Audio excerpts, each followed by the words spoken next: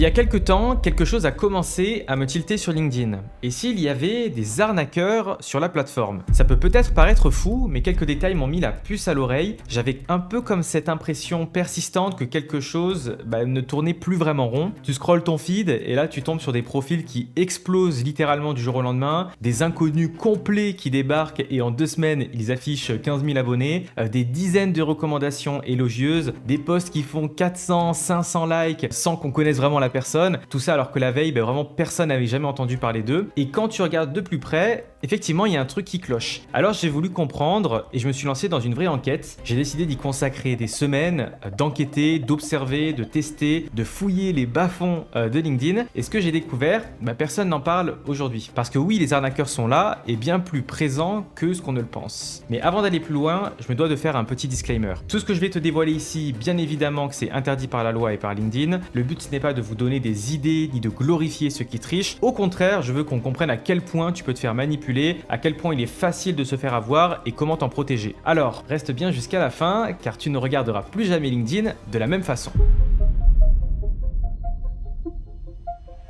J'ai longtemps cru que j'avais fait le tour de LinkedIn. Tu sais, après 6 ans à observer tout ce qui bouge sur la plateforme, t'as l'impression que plus rien ne peut te surprendre. Mais un matin, en scrollant dans mon feed, j'ai eu un vrai choc. Je tombe sur un profil flambant neuf que j'avais jamais vu passer, photo parfaite, storytelling, vraiment tout est au top, mais zéro historique, alors qu'il est vraiment dans ma niche. Donc normalement je les connais ces gens-là. Et donc il avait déjà des dizaines de milliers d'abonnés, des dizaines de recommandations. D'habitude j'aurais scrollé, mais là impossible. Alors j'ai cliqué. Et en creusant petit à petit, j'ai vu le même schéma sur d'autres comptes. Des profils créés il y a à peine quelques semaines, déjà en train de cartonner, des posts qui buzzent sans explication, avec des abonnés qui sortent de nulle part. Et plus je cherchais, plus j'ai commencé à remarquer des traces d'une mécanique bien rodée, mais invisible pour 99% des gens. Et c'est à ce moment-là que je me suis posé une question, et si derrière les apparences, LinkedIn était devenu un terrain de jeu pour les imposteurs? Et si les personnes que tu voyais passer dans ton feed étaient complètement bidons? Des personnes capables de tout inventer, de s'inventer un CV, une expertise, une notoriété en quelques jours à peine. Et c'est en posant ces questions que j'ai voulu creuser.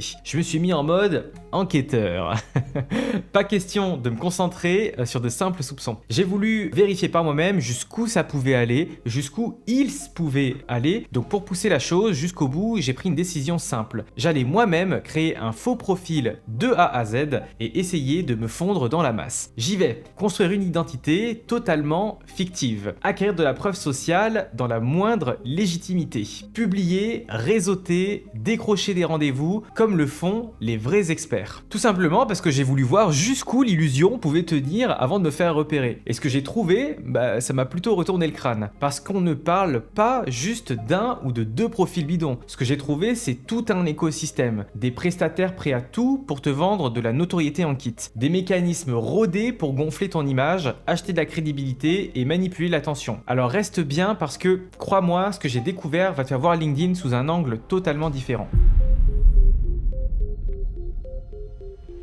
Pour commencer mon enquête, il fallait entrer dans la peau d'un imposteur. Crois-moi, rien que d'y penser, j'avais déjà l'adrénaline qui montait. Surtout quand on a un profil LinkedIn comme le mien qui est déjà installé, je peux te dire qu'on n'a pas envie de se faire choper. Si mon saut y compte, je suis bien dans la merde. Alors, comme je te l'ai expliqué, j'ai créé un personnage de toutes pièces. Nom, photo, parcours inventé de A à Z, rien n'est laissé au hasard. Alors les amis, je vous présente Julie Carzoli, la taupe que je vais utiliser dans cette vidéo. Et pour que ce soit crédible, j'ai fait comme si elle était Head of Growth chez Mush, mon agence LinkedIn. Je me suis inspiré des profils qui cartonne avec une expertise pointue, une photo pro qui a été générée par l'IA. On va pas se mentir, ça se voit un petit peu, j'aurais pu faire des efforts, mais évidemment avec le branding de mon agence. Et tu sais quoi? Créer ce faux profil, ça m'a pris à peine quelques minutes. Aucune vérification sérieuse a été demandée, aucune barrière. LinkedIn ne te demande rien de plus qu'un mail et une photo. Autant te dire que la porte, elle est grande ouverte. Déjà, à ce stade, je me rends compte à quel point il est facile de s'infiltrer sur la plateforme. Mais pour vraiment passer au niveau supérieur, il me fallait une chose, de la preuve sociale. Parce qu'un profil sans abonnés, sans recommandations, sans traces dans le feed, ça sonne un peu faux. Et c'est là que j'ai plongé dans un univers parallèle, celui des vendeurs de notoriété. Et là, j'avoue que j'ai été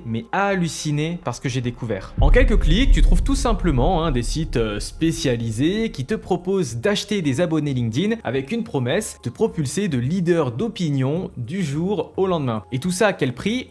Pas tant que ce qu'on pourrait y croire. Une bouchée de de pain même, j'ai envie de dire. 289 € pour 5000 abonnés, de ce que j'ai pu voir. 600 € pour 15 000 abonnés. Pas besoin de convaincre qui que ce soit, pas besoin de créer du contenu de dingue. Pouf, comme par magie, il tombe tout seul. Et quand tu sais combien il faut de temps pour avoir 15 000 abonnés, crois-moi, c'est pas cher payé. Et c'est pas tout. Tu veux des recommandations pour te donner l'air d'un expert? Rien de plus facile. Pour 15 ou 20 €, des freelances t'écrivent des témoignages élogieux directement sur ton profil. Elle est pas belle la vie. C'est à ce moment-là que je me suis rendu compte que l'apparence de légitimité sur LinkedIn, ça s'achète aussi facilement qu'une baguette de pain chez le boulanger. Pour moins de 1000 €, tu te retrouves avec un profil flambant neuf, 30 000 abonnés qui valident ton influence, donc une social proof de dingue, une quinzaine de recommandations plus folles les unes que les autres, et un fil d'actualité bien rempli au final. Et surtout, tu sais ce qui est le plus flippant, c'est que LinkedIn ne repère rien, ou presque. Pas de message d'alerte, pas de blocage, pour le coup, rien à signaler. Bon, mon profil de Julie est maintenant lancé, maintenant que j'ai fait ça, il faut passer à l'étape suivante, publier. Il me faudrait des posts inspirants, du storytelling, des conseils business, et là, comme prévu, la machine s'emballe. Donc évidemment, je vais pas trop m'embêter, hop, des posts écrits avec de l'IA, et comme je sais que ça va sûrement flopper, surtout au début du compte, comme pour le reste, je ne vais pas m'embêter. Je vais sur mon site fétiche en tant qu'arnaqueur LinkedIn, et boum, j'achète des dizaines de likes. En quelques secondes, les premiers likes tombent, certes achetés, mais dans le lot, il y a aussi des likes réels. Parce que l'effet boule de neige fonctionne. Quand tu vois un post avec 100 likes, tu as naturellement envie d'y jeter un coup d'œil. Ça attire l'attention, ça crédibilise, et tu finis par même recevoir des messages privés, des invitations à collaborer, des gens qui veulent apprendre de toi. Là, j'étais sur le cul. Et là, tu te dis, mais attends, c'est vraiment aussi simple? Malheureusement, en fait, un peu oui. Et ce n'est que le début. Parce que, pour aller encore plus loin, il existe d'autres secrets bien gardés par les arnaqueurs. Et là, je peux te dire qu'on rentre dans la partie sombre du business LinkedIn. C'est ce qu'on va voir maintenant. Mais avant que je t'en parle, je te rappelle bien évidemment que tout ce qu'on voit là est complètement illégal et à ne pas reproduire. Je partage ces méthodes uniquement pour que tu ne te fasses pas avoir par ces gourous sortis de nulle part. Donc fais bien les choses. La facilité a souvent de gros impacts sur le long terme et tu verras, reste bien jusqu'à la fin de cette vidéo parce que tu pourras savoir ce qu'il arrive à ce compte mine de rien. Alors si tu veux vraiment avoir des résultats sur LinkedIn avec des vrais likes, des vrais abonnés, des leads qui tombent toutes les semaines dans ta messagerie, j'ai fait une formation totalement gratuite de 3 heures où je t'explique tout de A à Z. Ce sera bien mieux que de tenter de faire l'arnaqueur. Donc le lien est dans la description, je te laisse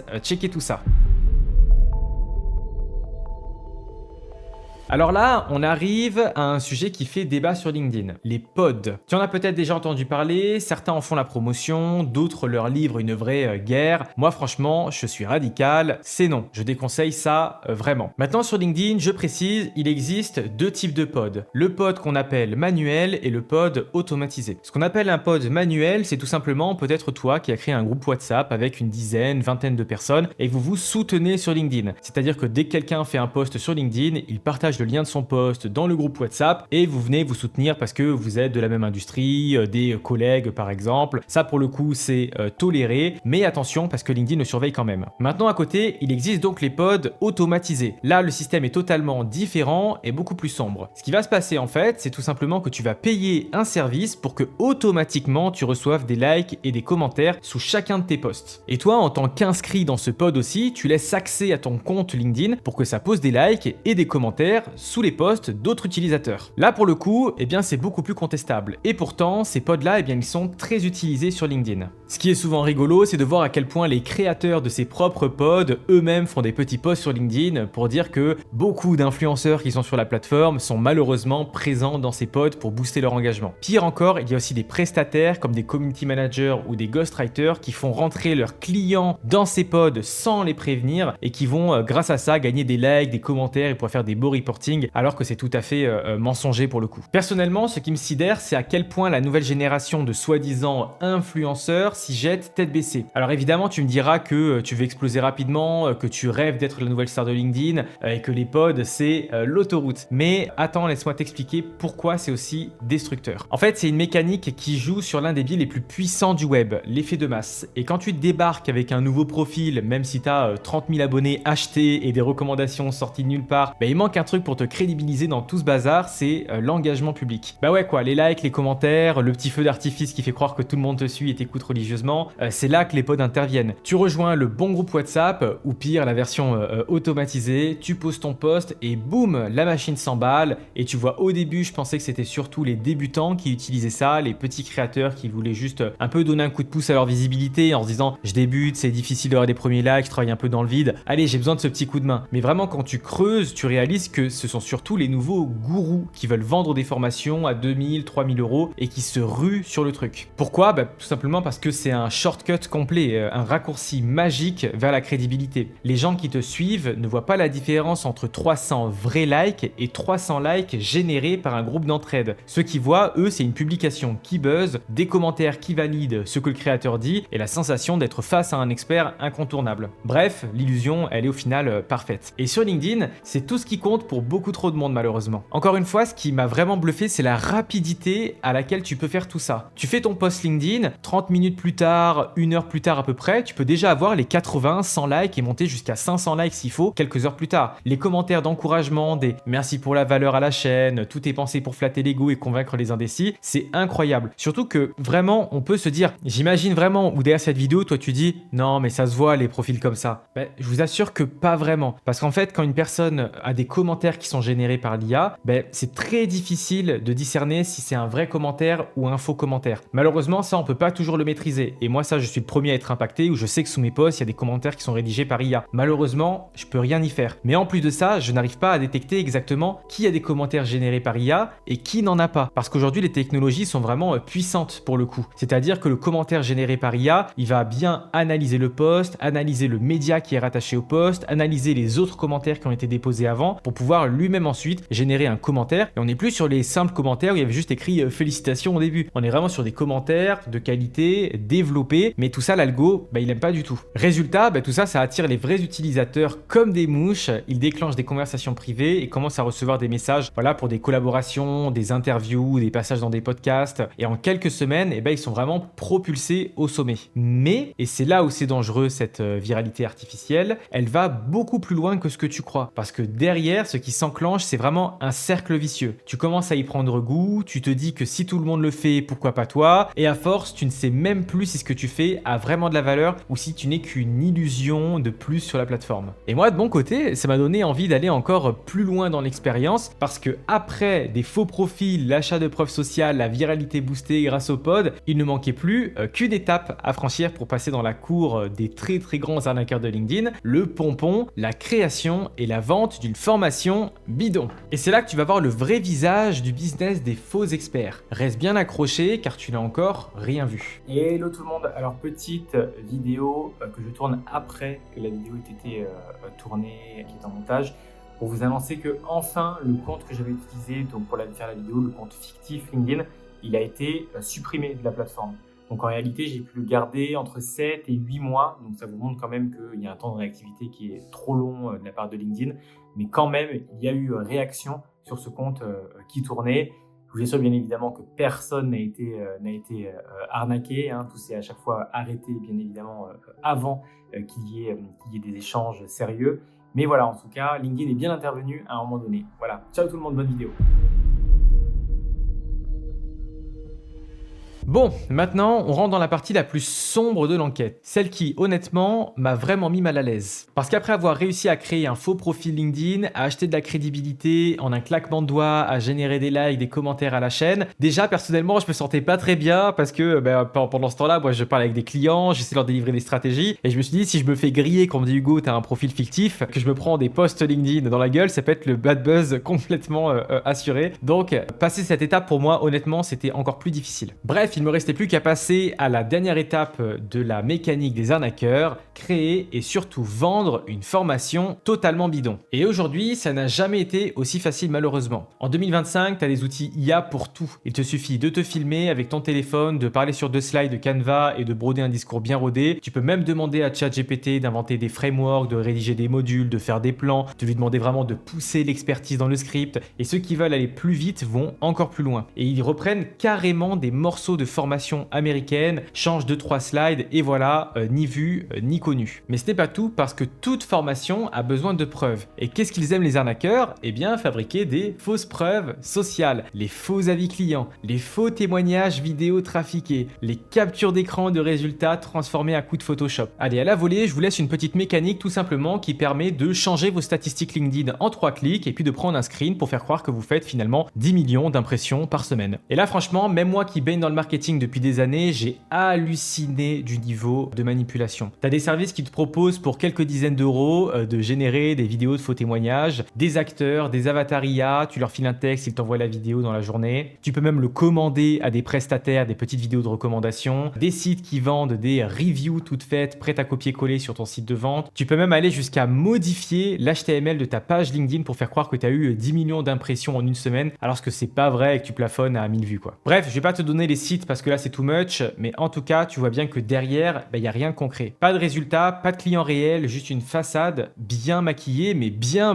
maquillée. Le pire vraiment, c'est que ça marche parce que sur LinkedIn, la majorité des gens, ils vont pas creuser. Ils voient un profil crédible, des centaines de likes, une promesse qui fait rêver, que ça se répète dans le temps, eux, ils foncent acheter le service tout simplement. Mais le mal, il est déjà fait. Le formateur, lui, il a déjà encaissé et il continue son petit business en surfant sur la crédulité de nouveaux arrivants chaque semaine. Et le plus hallucinant, c'est qu'avec tout ce système, tu peux littéralement t'inventer une carrière, une expertise, une notoriété. Je pense qu'honnêtement, en 3 semaines chrono, tu peux tout avoir et déjà être un leader d'opinion fake sur ta thématique. Alors comment on fait pour repérer ces gourous, ces arnaqueurs? Comment ne plus te faire avoir? Déjà, ma première recommandation, c'est de te méfier des promesses miracles. Un mec qui t'annonce que tu vas faire x10 sur tes résultats en 30 jours avec 0 preuve réelle, bien évidemment, fuis. Et là encore, je pense qu'on est aligné pour se dire que ça va, ça on sait faire. Maintenant, regarde les avis. Est-ce qu'ils sont vérifiables? Les clients, est-ce qu'ils existent vraiment? Est-ce que tu peux discuter avec eux, leur poser des questions, voir des études de cas réels? Demande toujours des exemples concrets de preuves, pas juste des chiffres sortis du chapeau. Et surtout, observe la cohérence du parcours. Un vrai expert, ça laisse des traces. Anciens clients, anciennes collaborations, contenu de fond sur plusieurs mois ou années. Essaie de googliser un peu son profil. Et enfin, rappelle-toi que sur LinkedIn comme ailleurs, ce qui brille le plus, c'est rarement ce qui dure.